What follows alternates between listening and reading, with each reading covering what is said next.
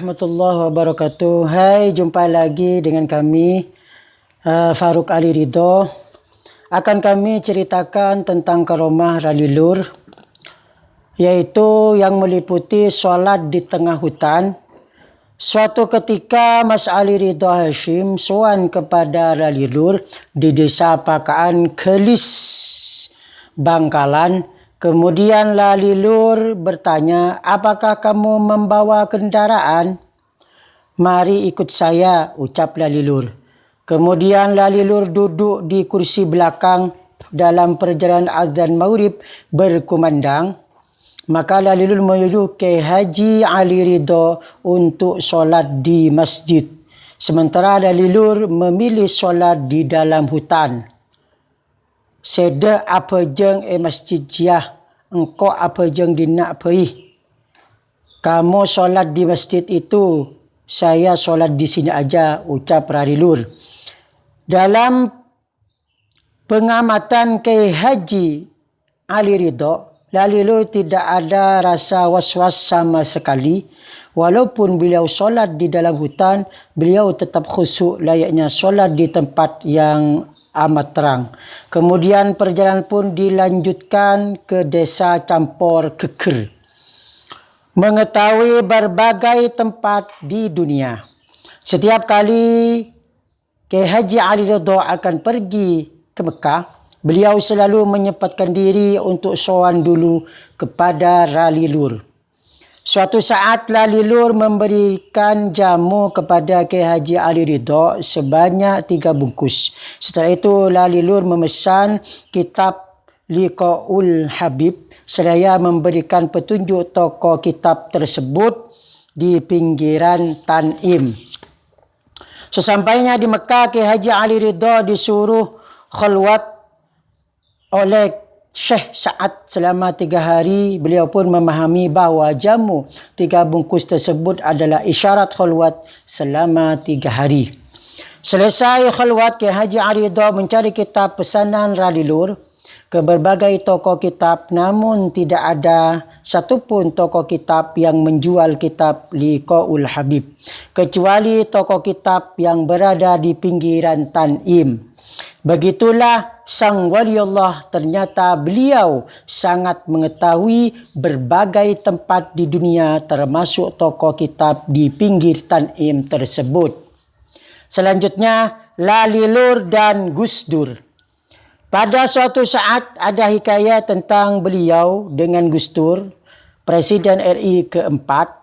Pada saat itu adalah hari Jumat. Gus Dur datang dengan memakai helikopter sehingga hal itu membuat gempar masyarakat desa Pakaan. Akan tetapi helikopter yang dinaiki Gus Dur pada waktu itu tidak bisa mendarat di lapangan Bendungan Pakaan. Meskipun sudah dikasih kode atau tanda dengan bendera PKB yang super besar, melihat kejadian itu Haji Yusuf langsung sowan kepada Ralilur yang pada waktu itu berada di Banjargalis. Kemudian Gus Dur dihubungi agar berkunjung pada Jumat depan. Pada Jumat selanjutnya Gus Dur berkunjung dengan menggunakan mobil. Gus Dur sendiri ditemani Gus Mujab. Pada saat itu ada kejadian menarik yang terjadi antara Gus Dur dengan Ralilur. Gus Dur sendiri bercakap menggunakan bahasa Jawa yang khas, sedangkan Ralilur berbicara dengan bahasa Madura yang khas pula. Namun anehnya komunikasi keduanya nyambung dan renyah. Gus Dur juga menuturkan kepada Ralilur bahwa dirinya dihinati oleh kawan politiknya. Lantas Ralilur menjawab, iya beeng jiah lo engak ka Mbah Khalil, tak toman nyelase ka Mbah Khalil. Iya, dirimu itu telah lupa kepada Mbah Khalil, tidak pernah ziarah ke makamnya Mbah Khalil. Setelah itu Ralilur memberikan uang, minyak tawon dan sebuah wiridan kepada Gus Dur. Kejadian ini terjadi di kediaman Sakinah Mbah Soleh, Desa Jebuni pada tahun 2002, awal setelah Gus Dur lengser dari tahta kepresidenan. Selanjutnya, visa haji eksklusif dari Menteri Agama.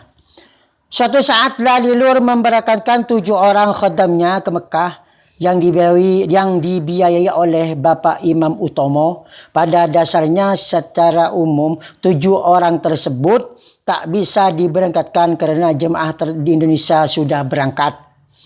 Akan tetapi Lalilur memaksa agar 7 khadamnya tersebut bisa berangkat tahun ini juga. Subhanallah, atas karamah beliau, akhirnya 7 khaddam tersebut mendapatkan visa eksklusif dari Menteri Agama Maftuh Bashuni yang pada saat itu sedang ada kunjungan kerja ke Sumeneb bersama Hamzah Has. Pada saat hendak balik sampai ke Bandara Juanda, kemudian ada yang menyampaikan keinginan Lalilur tersebut kepada Maftuh Bashuni, dan sebagai Menteri Agama tentu saja dia langsung menghubungi kedutaan Arab Saudi. Setelah itu 7 orang tersebut bisa berangkat dengan kloter 35. Tidak kali ini saja Lalilur memberangkatkan orang ke Tanah Suci. Sekitar tahun 1989, Lalilur menitipkan seorang jemaah haji yang tidak sanggup melunasi pembayaran kepada Kiai Haji Fuad Amin sambil menitipkan surat untuk Rafuat. Di sampul surat tersebut tertera tulisan dari Lilur de Semolje Kiai Fuad Cempuh, dari Lilur kepada yang terhormat Kiai Fuad Jambu. Kemudian Rafuat menyimpan surat tersebut dan melaksanakannya. Selanjutnya, mengetahui nasab seseorang.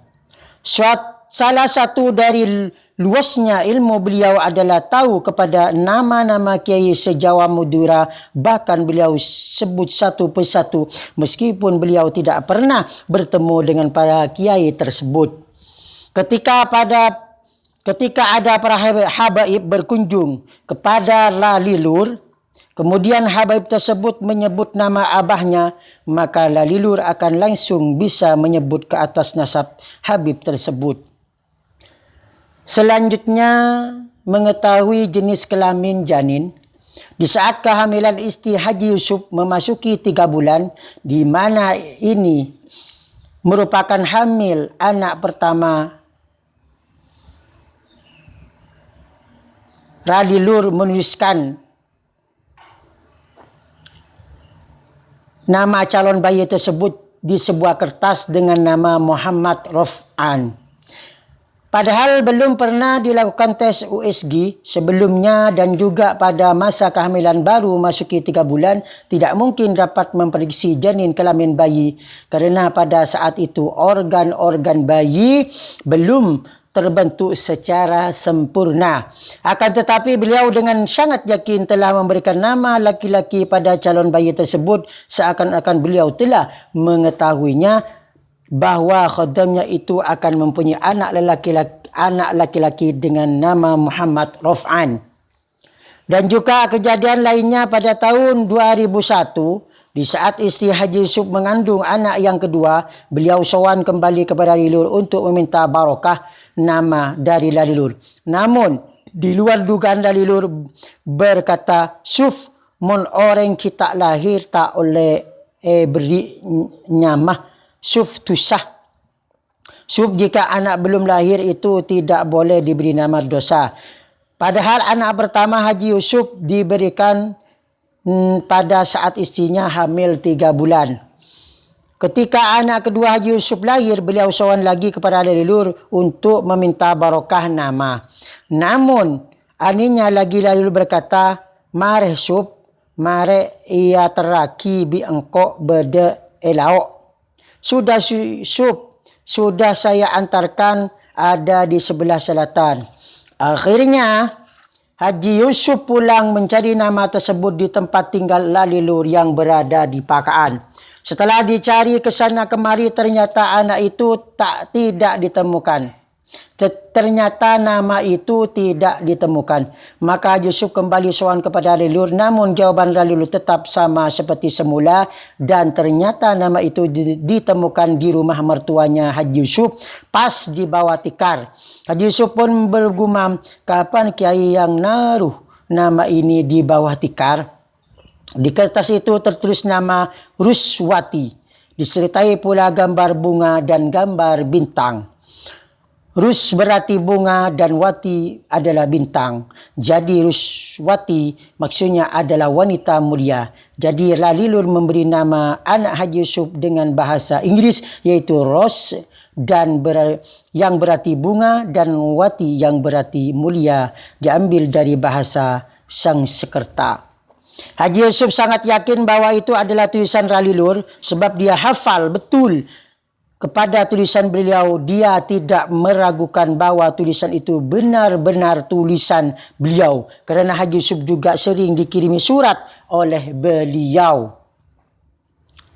Menjaring ikan di musim kemarau. Pada hari tepatnya di desa Tolpok, kediamannya Nyai Salimah, isteri Kiai Haji Khalil Ageh. Kiai Haji Khalil Rahman menjaring ikan di tengah sawah, padahal saat itu adalah musim kemarau di mana sawah mengering dan bahkan tanahnya pecah-pecah. Tapi Lalilur tetap melakukannya dan ajaibnya beliau bisa mendapatkan ikan. Demikianlah kisah karomah dari Lalilur atau Kiai Khalil Rahman Bangkalan. Semoga kita mendapatkan barokahnya beliau. Amin Allahumma amin. Wassalamualaikum warahmatullahi wabarakatuh.